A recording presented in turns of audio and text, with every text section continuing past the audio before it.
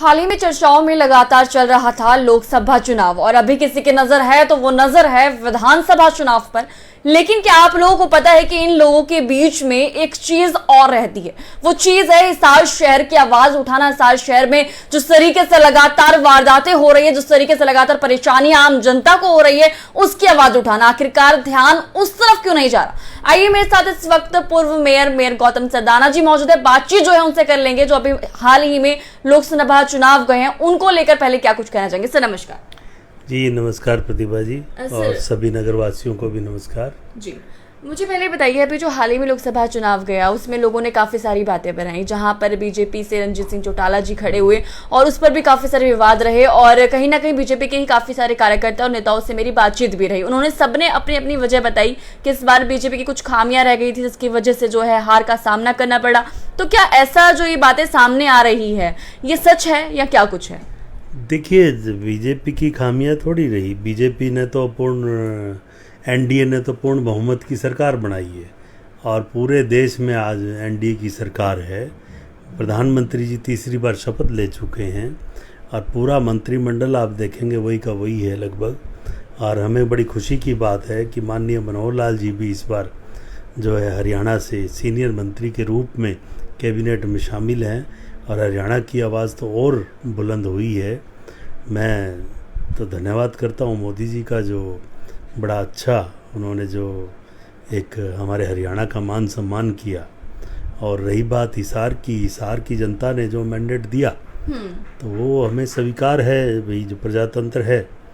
और क्योंकि जनता जो है बहकावे में आई और जो राहुल गांधी जी ने झूठे वायदे किए, जो 8500 रुपये खाते में डालने के, 6000 रुपये बुढ़ापा पेंशन करने के, ये खटाखट वाली बात से थोड़ा फर्क पड़ा जी।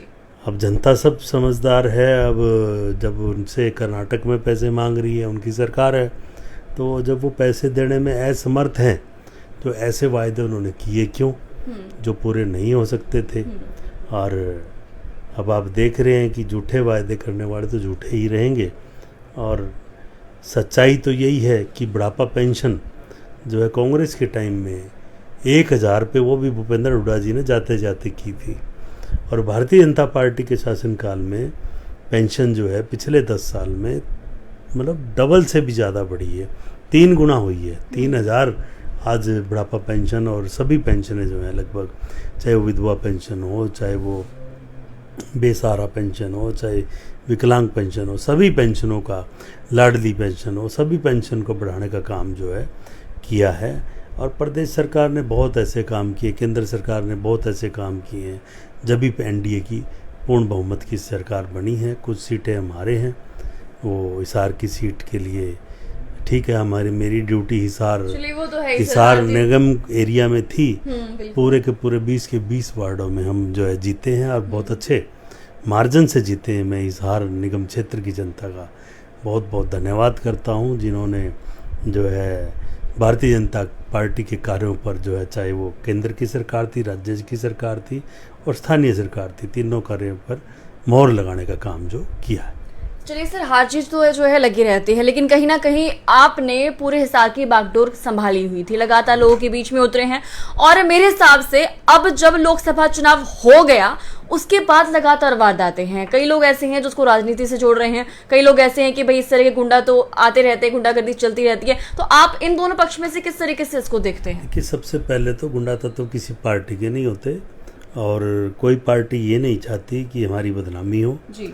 और ये तो एक जो घटनाएं हो रही हैं, निंदनीय घटनाएं कहूँगा कि ये कांग्रेस टाइम में भी होती थी। हाँसी का क्या माहौल था, आप तो अभी बच्चे हो, जब हाँसी का 10 साल पहले का माहौल यदि किसी से पूछ के देखो तो व्यापारी पलायन करने को मजबूर था वहाँ से, काफ़ी लोग तो पलायन कर गए थे।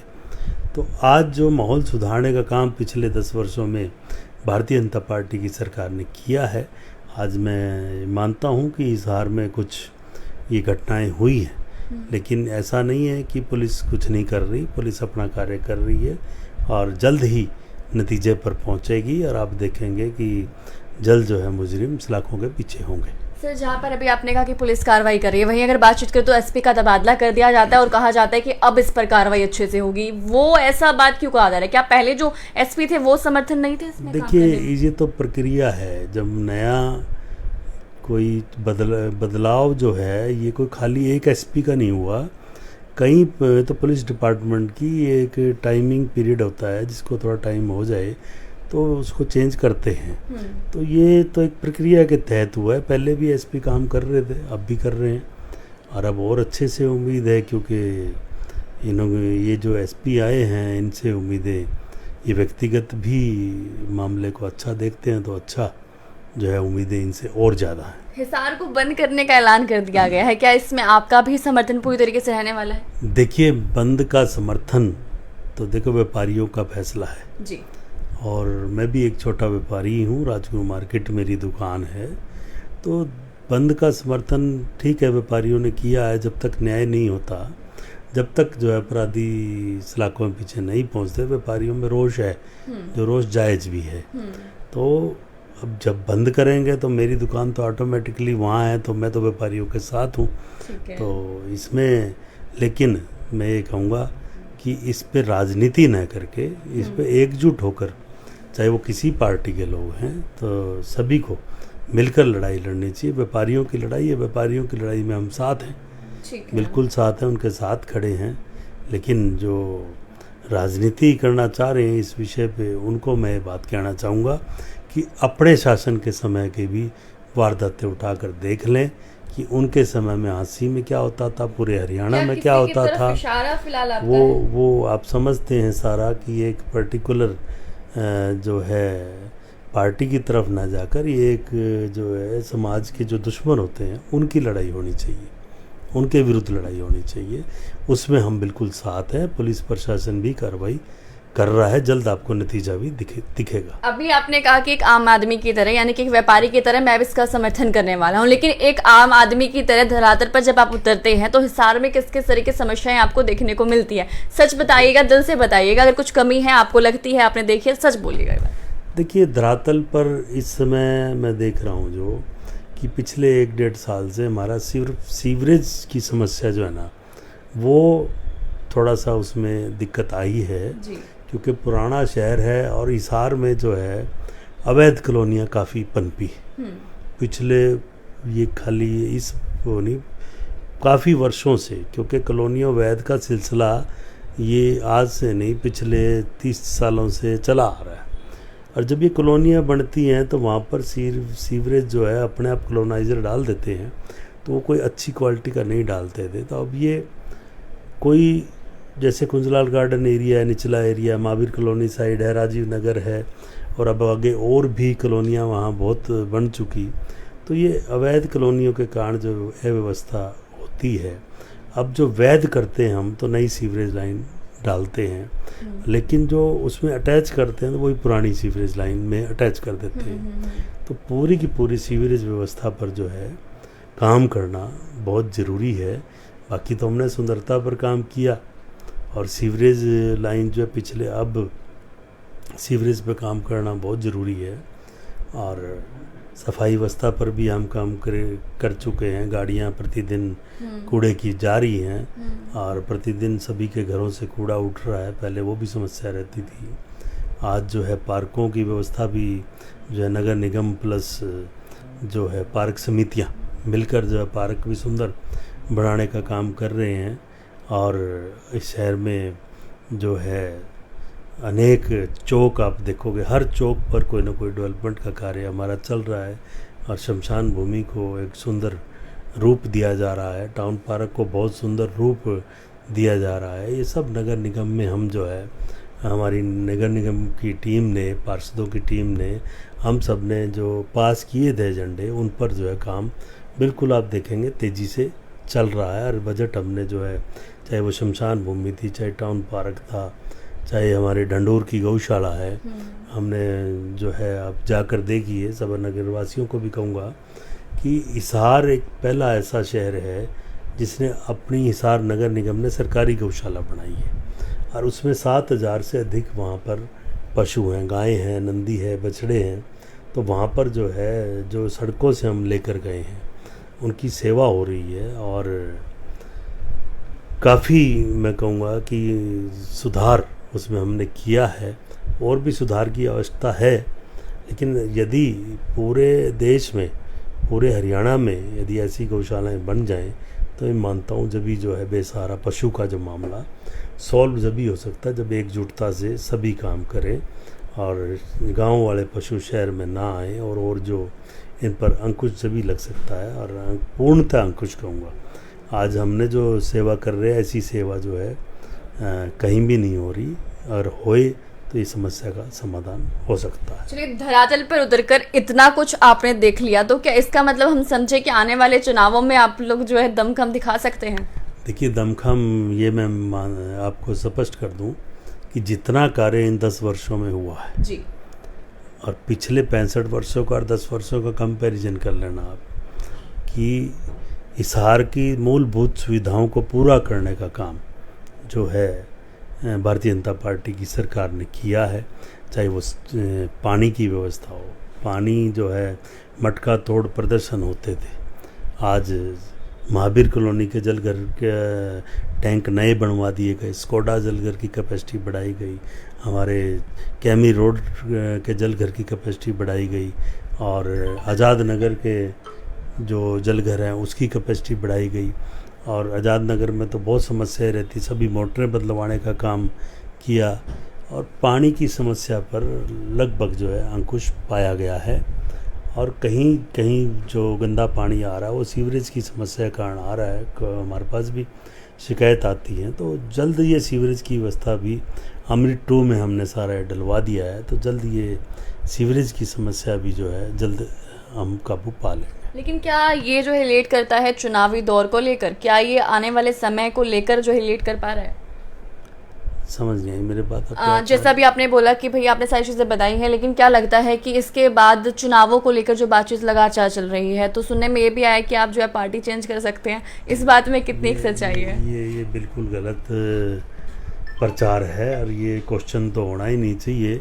मैं अभी वही सोच रही, सबसे बीजेपी की आप बात कर रहे हैं, बार बार आप उनके बारे में बता रहे हैं, अपने बारे में बता रहे हैं, 10 साल के कार्यकाल के बारे में बता रहे हैं, वहीं अफवाहें फैल रही हैं। सच है कि भाई आप पार्टी चेंज करने वाले हैं? नहीं, बिल्कुल नहीं। भारतीय जनता पार्टी का मैं कार्यकर्ता हूं और जो भी अफवाह फैला रहे हैं उनको स्पष्ट तौर पे कह रहा हूं कि मैं भारतीय जनता पार्टी का कार्यकर्ता हूं। भारतीय जनता पार्टी जिसको भी उम्मीदवार बनाएगी हम उसका झंडा लेकर सबसे पहले प्रचार के लिए मैं निकलूँगा। चाहे किसी को भी पार्टी उम्मीदवार बनाए, भारतीय जनता पार्टी का कोई भी कार्यकर्ता चुनाव लड़ने में सक्षम है। और भारतीय जनता पार्टी एक, आप खुद देखेंगे कि कैसे साधारण व्यक्ति को मुख्यमंत्री तक यहाँ बनाया जाता है। इसके नायब सैनी जी एक उदाहरण है, मनोहर लाल जी खुद एक उदाहरण है, राजस्थान के मुख्यमंत्री भजन लाल जी एक उदाहरण है, ऐसे ही छत्तीसगढ़ के मुख्यमंत्री उदाहरण है, ऐसे ही मध्य प्रदेश के मुख्यमंत्री एक उदाहरण है।